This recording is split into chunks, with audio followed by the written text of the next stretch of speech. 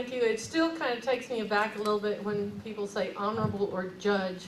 So I'll tell you a funny story on myself. I don't know, I've been in office 6 months and I'm walking across the parking lot and I'm going pretty quickly. I'm walking quickly like I usually do. And I hear someone screaming, "Judge, judge, judge," and I'm still clipping right along. And finally I hear them say, "Judge Murphy!" And I went, "Oh, that's me. I'm the judge." So thank you for having me today. Before I get started, I do want to commend you on all the children that you send to summer camp, because I have to tell you, as a former school counselor and as a former LPC, you have no idea the impact that those types of programs have on young children's lives. Not just on the children, but also on the parents. They get a little bit of reprieve for those few days, and so those children carry that for a lifetime. And so you're not just impacting children now, you're impacting children from now on. So thank you for that, and congratulations. That's quite an accomplishment. Okay, so 2015 we started out with several challenges.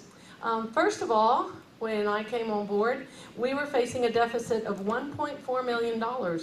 That's way too many zeros for a community of this size. The other thing that was going on was we had been downgraded by Moody's because historically we would use the general fund to balance our budget. The IEH, the detention center census, had gone down because the federal government was releasing illegal immigrants that were in this country. And so we were having a downturn there and not receiving any kind of per diem from IAH. The other concern with that was that meant that the jobs available to Polk Countyans out there was also declining. And then in the middle of all of that, Walmart closed down, which presented a whole other challenge. And the oil field was tanking. So we kind of had several things going all at one time. Now I do have to tell you, we did resolve those. We had to totally work on our budget, and that was a huge team effort. Every single county employee, every single department, every single elected official had to really dig in and get after it and maneuver and kind of figure out what we were going to do. Now, some of it was just a case of clarifying and creating some transparency in terms of how we went about it, but we were able to eliminate our $1.4 million deficit, and we were able to, without using the general fund, okay, so without using the general fund, we were able to get rid of it. And what we did was, part of it was if people retired or quit, well then we simply did not replace them. And so we just kept waiting for things kind of by attrition for some things to happen. And then we also created some transparency and eliminated some of those categories or budget line items that we felt like were unnecessary or were not necessary at that point in time. So we managed to eliminate the deficit, we balanced the budget without laying anyone off. Also, we did it without having to eliminate our insurance, because the county insurance is really good insurance, and that is one of the things that keeps people with us. And because in the 2015 also we had Obamacare, and the county insurance is what Obamacare considers a Cadillac plan. So we were going to have to pay that excise tax, the penalty tax, if we continue to provide our employees with too good of an insurance, which sounds crazy in the United States. But we did manage to stay under the threshold. We are facing that again, because as increases in the insurance rates go on, then we're facing that same issue again. And so again, we're going to have to modify our insurance program to the best that we can, but still stay under the threshold for Obamacare so we can continue to provide good insurance. Now, at the same time, so we balanced our budget. We did not have to eliminate or get rid of our insurance completely, and none of our employees make a contribution to the insurance either. So we were able to keep that, balanced our budget, did not have to raise property taxes to get it done, and so here we are. Now, unfortunately, the work's not over. We still have to go through the budget cycle again for this year, and again, we're facing the Obamacare issue because we've already been notified that there's going to be an increase in the rates, so we'll have to tweak that again and go from there. Now, with Walmart closing, the sales revenue had a greater impact on the city of Livingston than it did with the county. The only concern I had with Walmart was that they told us that everything was going to close, not just the store, but the pharmacy, the eye center, everything was going to close. And so that was where I was concerned. And so I kind of worked my way up the chain of command until I finally got to the person that was in charge of this store and asked them, would they please reconsider the pharmacy? And the reason I was so focused on the pharmacy is because we have way too many veterans, too many indigent people, and too many elderly people that were solely dependent on that pharmacy for their medications. And it was interesting because this kind of tells you what a disconnect there is. They would say, well, they can order it on the internet. I'm like, really? Which one of those three definitions do you need explained to you? You know, because they're not discussing broadband and their Wi-Fi provider over dinner. So I was thankful for that. They did acquiesce to that. And then they went ahead and kept the eye center open also. And that was one of them. He said, well, I guess you want the eye center all left open also. I said, no, we can walk around with crooked glasses for 6 months, but we cannot do without our insulin, without psychotropics, cardiac medications, blood pressure medications. Can't do without that. And they can't drive to Woodville or drive to Huntsville or drive to Lufkin or drive to, it's the drive to part, you know, that gets them. So we were able to survive that. So as we move forward from here, we still have several things that we're working on. First of all, I have some great news. We were recognized for our procedures for the budget process, which is pretty exciting. It's a compliment to everybody. Hold on, let me see what I did with my magazine. Oh, here it is. This is Texas County Progress magazine. It goes to every county, all 254 counties. And I brought some copies if you're interested in reading the article because they were very, very complimentary about the process that we followed.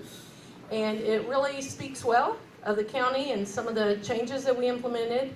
You can also go on our website. You can read our budget document. You can see everything.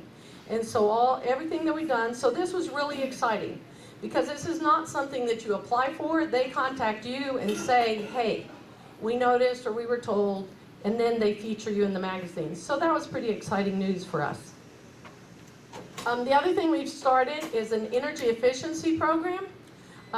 Interestingly enough, the two big energy hogs that we have in the county are not my building, which is old and needs lots of help.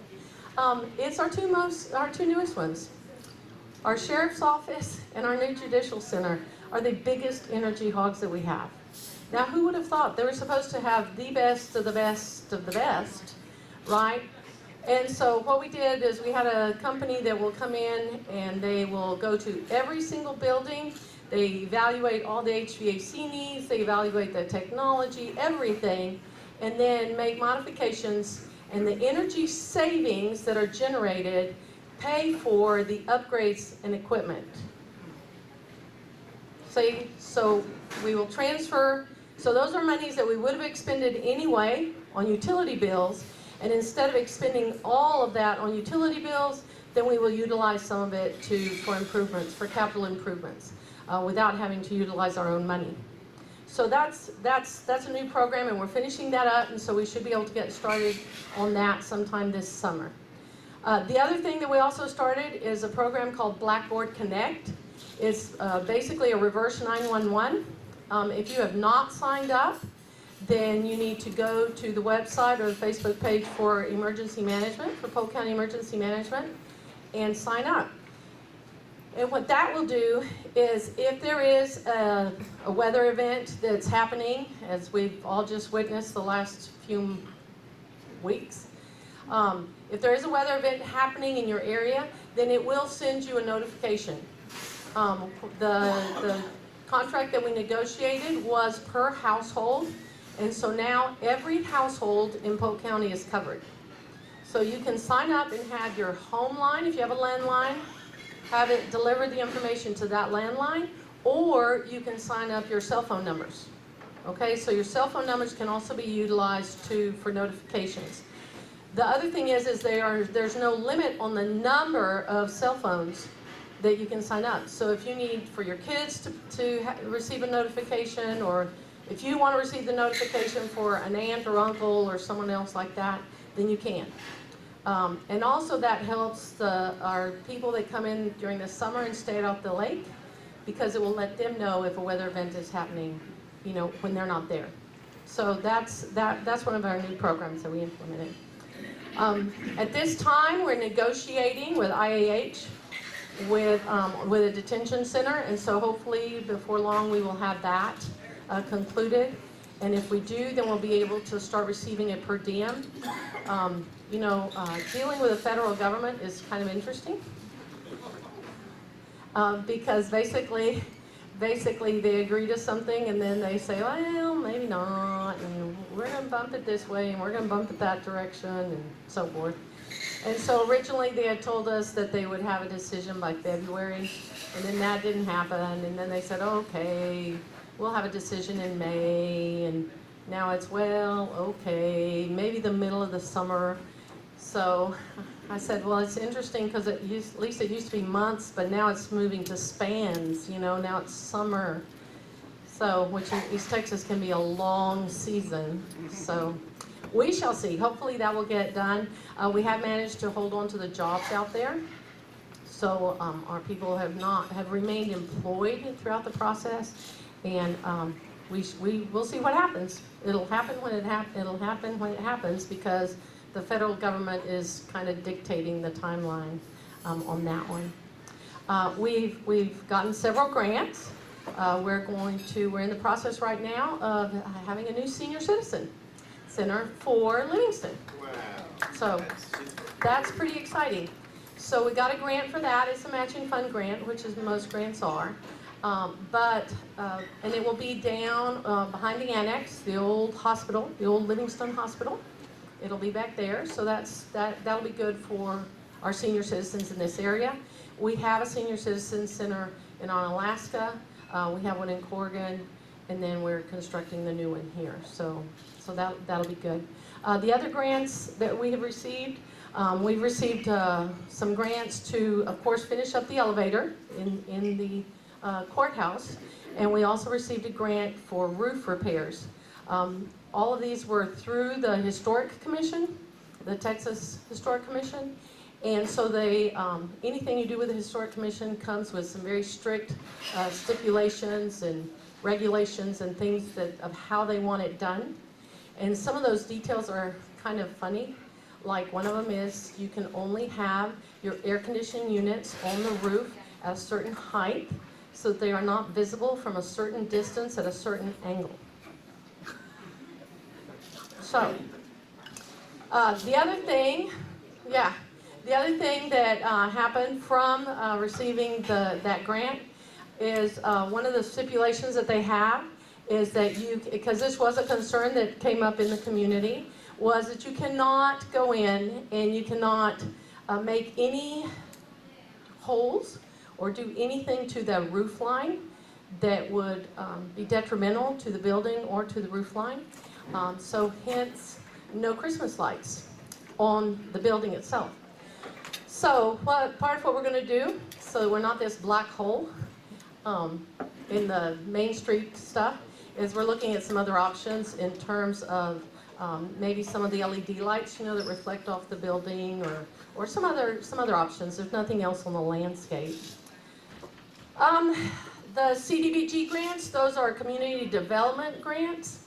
We applied for some of those, and we received some of them. A couple of them. One of the big ones was a CDBG grant that we applied for in conjunction with Royal Martin in the Corrigan area. And the city of Corrigan is going to receive upgrades on their water and their sewer system because of that grant. So that's where a rural community is not only going to receive some economic development, because we worked hard to get Royal Martin here, but also is going to get an upgrade in terms of infrastructure that will be directly related to that. So we're pretty excited about that. And Royal Martin, the economic development there is producing 165 jobs. The average income, according to them, is $59,000. So that's a significant increase in income that the people out there will be able to receive. Okay, another grant that we've applied for is through the Houston Wilderness. We're kind of all over the place with these grants. With Houston Wilderness, we also applied for some of the bucket fund grants, and that was a joint application. Houston Wilderness is actually the applicant, and that is in conjunction with San Jacinto County and with Trinity County. And so we're looking at some different ecotourism options. And so we will continue to look at that just because we have so many natural resources in our area that could really be capitalized off of and allow some of our people that are local family business owners to develop businesses or increase the size of their businesses by diversifying as much as we possibly can. We continue to look at grants every opportunity we do. If anything catches our eye, we've also looked at some grants for a new 4-H building. Because we do have a huge 4-H program. We have 3 AgriLife extension agents in our county, which is more than most counties our size have. So we're also looking at options there. We still have to we're not done. We still have to continue working and looking for things, so we will continue to keep an eye on the budget, that's for sure. And hopefully if the IAH negotiations come through, then we'll be able to have some additional monies.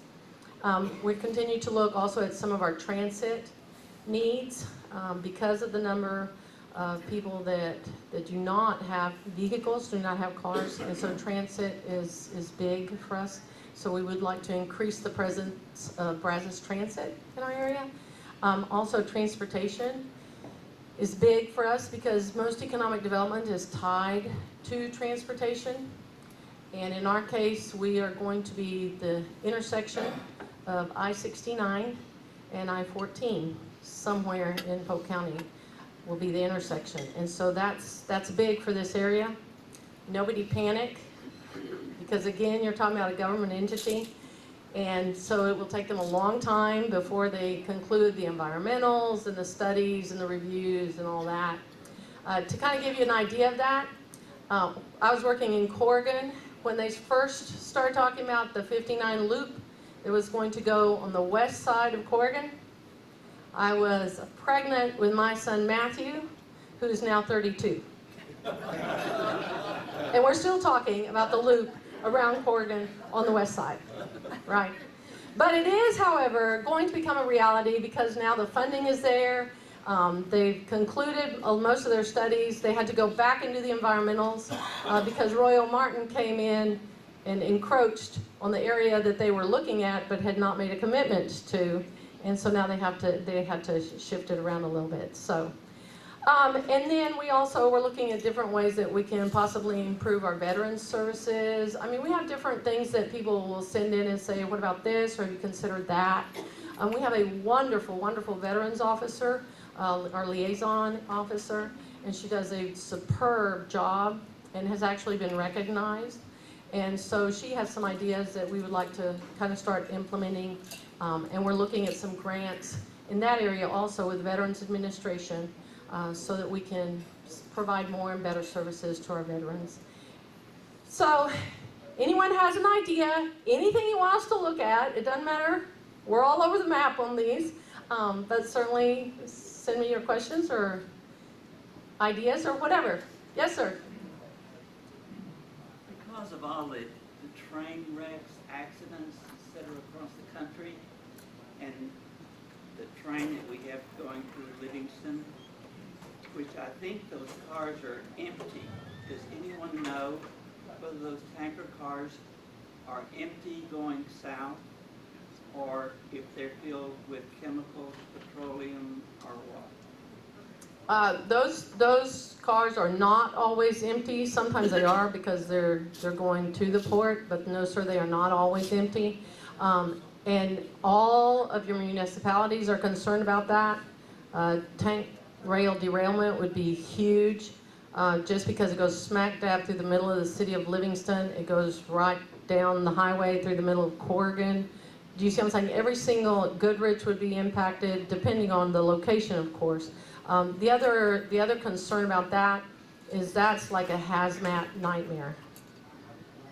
Because if it did happen in Livingston, and certainly the law enforcement people here can, and your EMTs can respond to that better than I can. But that, as a former chemistry teacher, I can tell you that whatever mixtures would happen, you wouldn't really know what the plume had in it. So yes, it is a concern, and they do keep an eye on it. They keep a very close eye on it. And also your emergency management people also for the state of Texas, because since those tanker cars are going all the way all over the place, then the state of Texas emergency management also pays attention to that. That's why it has to be labeled, what's in it, exactly what's in it, so it can be identified. I hope you were going to tell me they're all empty going south.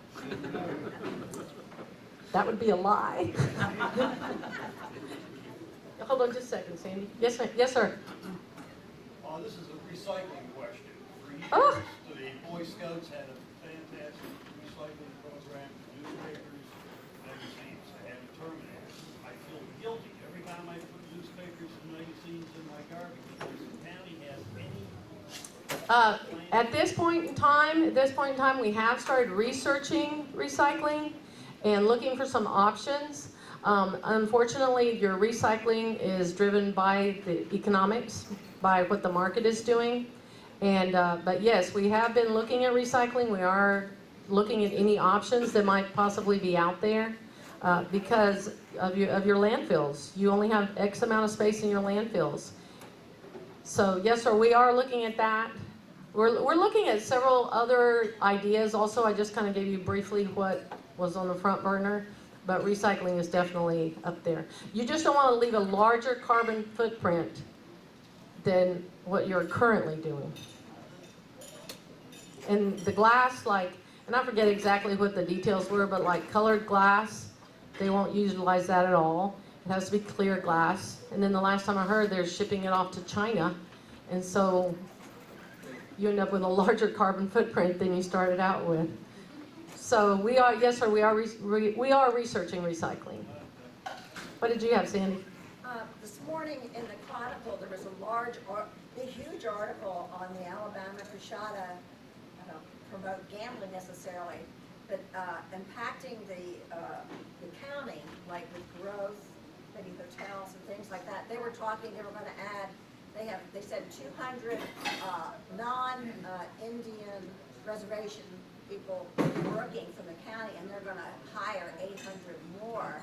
So that's going to be a boost to the county. Is that right? And how's that? That's a potential growth in for economic development. You have to keep in mind that the Alabama Coshada, first of all, are a sovereign nation. You know, they're a sovereign nation, and so the decisions that they make are theirs and theirs alone. Obviously, it's an impact for the local area in terms of jobs, because of the 200 people that they currently have employed out there, I believe the statistics that they quoted was that 2/3 of them were not tribal members, were from the surrounding area. So yes, the job impact could potentially be very large. They still have some hurdles that they would have to cross, that they potentially may have to cross. I don't know. We won't know until the Attorney General makes a decision and where they decide to go from there. The majority of your hotel motel tax monies, which is your tourism dollars, and please tell me when I need to be quiet. The majority of your hot monies, your hotel motel tax monies, those have to be used in a very, very specific manner. You can't use them any way you want. because those are collected by the hotels in the area. And so the county does receive some hotel motel tax dollars because we receive it for any hotels or big MBs that are outside of the municipalities. And so, but the city of Livingston receives a lot of hotel motel tax dollars. City of Onalaska receives some. Corrigan receives a minimal amount. I think that ours, at the last time I looked, was somewhere around the $20,000 a year mark for the county. But yes, if they build hotels out there, and if they do build hotels out there that are not on the reservation, then yes, the county would receive those hotel motel tax dollars. But they must be utilized to promote tourism. See, because they were generated by tourists, so they must be used to promote tourism. So they have attachments. And that would be to maintain the infrastructure of roads and bridges and going to and from those places, is that what that's for? No, sir. The hotel motel tax dollars cannot be used for infrastructure. They can only be used for marketing, advertising, and promotion of tourism. And so you could do like the trade days. Okay, trade days generate is based somewhat on the hotel motel tax dollars. And so then any expenditures that the city does for maps, for advertising, for anything like that, they can utilize their hotel motel tax dollars to do it. But no, we could not then go in and fix all the roads in Precinct 4 for Commissioner Overstreet. Anybody else?